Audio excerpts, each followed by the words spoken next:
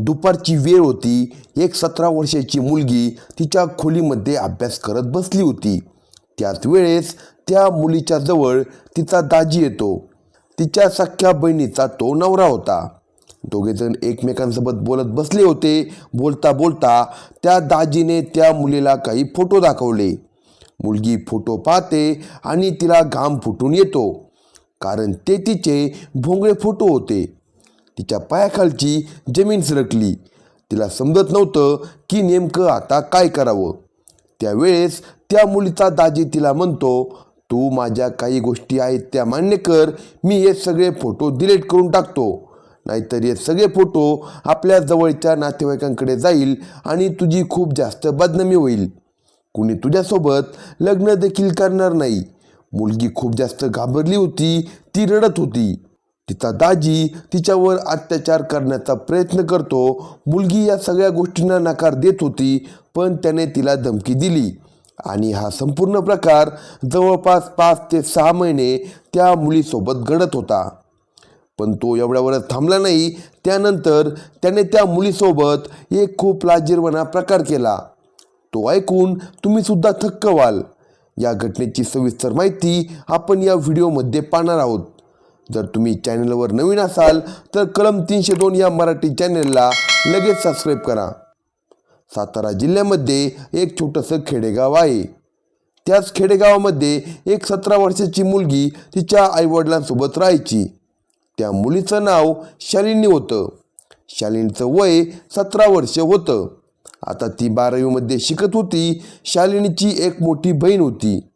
तिचं लग्न झालं होतं आणि ती साताऱ्यामध्ये आपल्या नवऱ्यासोबत राहत होती. तर शालिनीच्या घरच्यांनी शालिनीला तिच्या मोठ्या बहिणीकडे पाठवले होते. ती मुलगी आपलं सर्व सामान घेते आणि तिच्या मोठ्या बहिणीकडे जाऊन राहते. मोठ्या बहिणीच्या घरी पण ते दोघे नवरा बायको राहत होते. त्यामुळे आता ते तिघेजण तिथे खुशालीने राहू लागले होते. सुरुवातीचे काही दिवस सगळं काही व्यवस्थितपणे चालू होतं. शालिनीला कोणत्याही प्रकारचा काही त्रास झाला नव्हता. पण नंतर तिला असं वाटलं होतं की जो तिचा दाजी म्हणजे तिच्या मोठ्या बहिणीचा नवरा, तो तिच्यावर वाईट नजर ठेवून होता. त्याच्या मनामध्ये शालिनीबद्दल वासना होती. तो तिच्याकडे एका वाईट नजरेने पाहत होता. या सगळ्या गोष्टी तिला समजून आल्या होत्या, पण ती एकदम शांतपणे राहत होती. त्यांच्या घरी एक मुलगा वारंवार येत होता. त्या मुलाचं नाव होतं शुभम पवार. तो तिच्या दाजीचा मित्र होता आणि तो नियमितपणे त्यांच्या घरामध्ये येत होता. आणि ज्या दिवशी त्याने त्या मुलीला म्हणजे शालिनीला पाहिलं होतं, त्या दिवसापासून तो तिच्या प्रेमात पडला होता. तो सध्या काही पण बहाणा करून घरी यायचा आणि शालिनीसोबत बोलण्याचा प्रयत्न करायचा. त्याने या सगळ्या गोष्टी शालिनीचा दाजीला पण सांगितल्या. तो त्याला म्हणाला, मला तुझी मेवणी शालिनी खूप जास्त आवडते. तू माझं आणि तिचं सूत जुळून दे. आम्ही दोघे एकमेकांसोबत चांगल्या प्रकारे राहू. पण तो दाजी म्हणतो, हे सगळं होणार नाही. त्यासाठी काही प्लॅन आहेत, ते तू कर. त्यानंतर आपण पुढचं बघू. त्यानंतर दाजीने त्याच्या मित्राला म्हणजे शुभम पवारला एक प्लॅन सांगितला आणि प्लॅननुसारच एक दिवस ती मुलगी घरामध्ये एकटी बसली होती. तिची बहीण आणि तिचा दाजी हे दोघेजण बाहेर फिरायला गेले होते. त्यावेळी दाजीने शिवमला फोन केला आणि सांगितलं, शालिनी घरी एकटीच आहे, तू घरी जा आणि तिला बोल. शुभम पवार पण लगेच घरी पोहोचतो. शालिनी दुपारी घरामध्ये अभ्यास करत बसली होती. बोलता बोलता तो तिला सांगतो, मी तुझ्यावर खूप जास्त प्रेम करतो. तू मला खूप जास्त आवडतेस. मुलगी या सगळ्या गोष्टींना नकार देते. सांगते की मी हे सगळं काही करू शकत नाही. पण तो तिला धमकी देतो. म्हणतो की जर तू माझ्या गोष्टी मान्य केल्या नाही तर मी आत्महत्या करेन. तुझ्या नावाने मी सगळी काही लिहून ठेवीन. त्यानंतर तू पाहून घे तुझं काय होणार आहे. मुलगी खूप जास्त घाबरून गेली. तिला समजत नव्हतं की नेमकं आता काय करावं. ती त्याच्या सगळ्या गोष्टी ऐकायला तयार होऊन जाते. शुभम पवार तिला सांगतो, तू मला आज रात्री फोटो पाठव, ते पण बिना कपड्यांचे. मुलगी नकार देते. तर हा परत तिला धमकी देतो. शेवटी शालिनी या सगळ्या गोष्टींसाठी तयार होते आणि ही तिच्या आयुष्याची सगळ्यात मोठी चूक होती. तिला माहिती नव्हतं की या सगळ्या गोष्टी तिला कुठे घेऊन जाणार आहेत. रात्र होते आणि शालिनी त्या मुलाला सगळे फोटो पाठवून देते. तो मुलगा फोटो पाहतो आणि त्याला खूप जास्त आनंद होतो. तो ते सगळे फोटो तिच्या दाजीला पाठवतो. दाजी सगळे फोटो पाहतो. त्याला फक्त शालिनीला ब्लॅकमेल करून मेवणीसोबत शरीर संबंध बनवायचे होते. आता त्याला एक खूप चांगला प्लॅन भेटला होता आणि तो फक्त वाट बघत होता. एक दिवस ज्या वेळेस त्याची बायको घरातून बाहेर गेली होती त्यावेळेस तो शरीर संबंधाचा प्लॅन करू शकत होता आणि तो दिवस पण आला.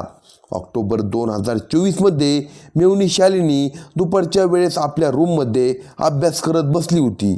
अचानक त्या मुलीचा दाजी तिच्या खोलीमध्ये येतो. दोघेजण नॉर्मल एकमेकांसोबत बोलत होते. बोलता बोलता तो व्यक्ती तिला म्हणतो, माझ्याकडे तुझे काही फोटो आहे ते तू एकदा बघ. शालिनी फोटो बघते. तिचे ते भोंगळे फोटो पाहून तिला घाम फुटतो. तिला समजत नव्हतं की नेमकं आता काय करावं. ती दाजीला सांगत होती, मला माफ करा, चूक झाली, फक्त तुम्ही फोटो काही पण करून डिलीट करून टाका. पण तिचा दाजी तिला म्हणू लागला होता, नाही, यासाठी एक माझं काम आहे, ते तुला करावं लागेल. शालिनी तिला विचारते, नेमकं असं कोणतं काम आहे. तो व्यक्ती तिला सांगतो, तू माझ्या काही गरजा आहेत त्या पूर्ण कर, मी हे सगळे फोटो डिलीट करून टाकतो. शालिनी त्या सगळ्या गोष्टींसाठी नकार देते. तेव्हा दाजी तिला म्हणतो, मी हे सगळे फोटो तुझ्या घरच्यांना पाठवून देईन. आपले जे पण जवळचे नातेवाईक आहे त्या सगळ्यांना मी हे फोटो पाठवून देईन. त्यानंतर मी पण पाहतो तुझ्यासोबत कोण लग्न करेल. शालिनीला समजत नव्हतं की नेमकं आता काय करावं. त्यावेळेस तिच्या दाजीने त्या मुलीसोबत अत्याचार केला. ती फक्त 17 वर्षाची अल्पवयीन मुलगी होती जी की खूप मोठ्या अडचणीमध्ये फसली होती. तिला समजत नव्हतं की नेमकं आता काय करावं. पण त्या व्यक्तीने तिचा गैरफायदा घेतला आणि त्याच वेळेस तिच्यासोबत संबंध प्रस्थापित केले. 1-2 वेळेस नाही तर जवळपास 4-5 महिने त्या मुलीसोबत त्यांनी हे सगळं घाणेरडं काम केलं होतं. मुलगी खूप जास्त परेशान झाली होती. तिला समजत नव्हतं की नेमकं आता काय करावं.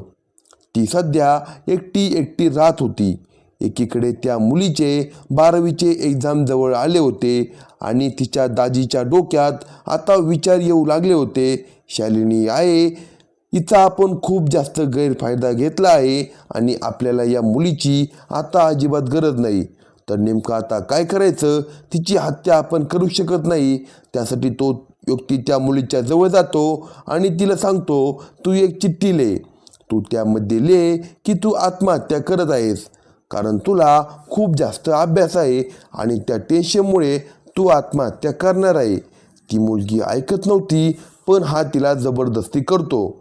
सांगतो की सगळे फोटोज मी पाठवून देईन. हा तिला वारंवार ब्लॅकमेल करत होता.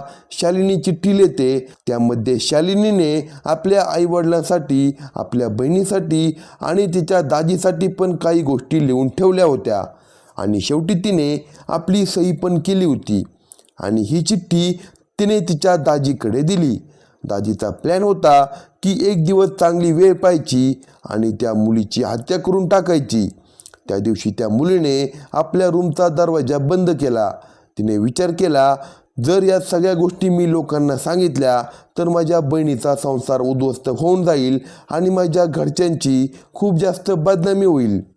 आणि जर मी आत्महत्या केली, मी आपला जीव दिला, तर या सगळ्या गोष्टी या ठिकाणी खतम होऊन जातील. पण तिची आत्महत्या करण्याची हिंमत झाली नाही. त्यानंतर त्या मुलीने खूप जास्त हिंमतीने आणि धाडसपणाने हे सगळे प्रकरण आपल्या आईवडिलांना सांगितले. त्या लोकांनी जवळच्या सातारा पोलीस स्टेशनमध्ये कंप्लेंट केली. पोलिसांनी दाजीला अटक केली. त्यांच्यावर पॉक्सो अंतर्गत गुन्हा दाखल झाला आहे.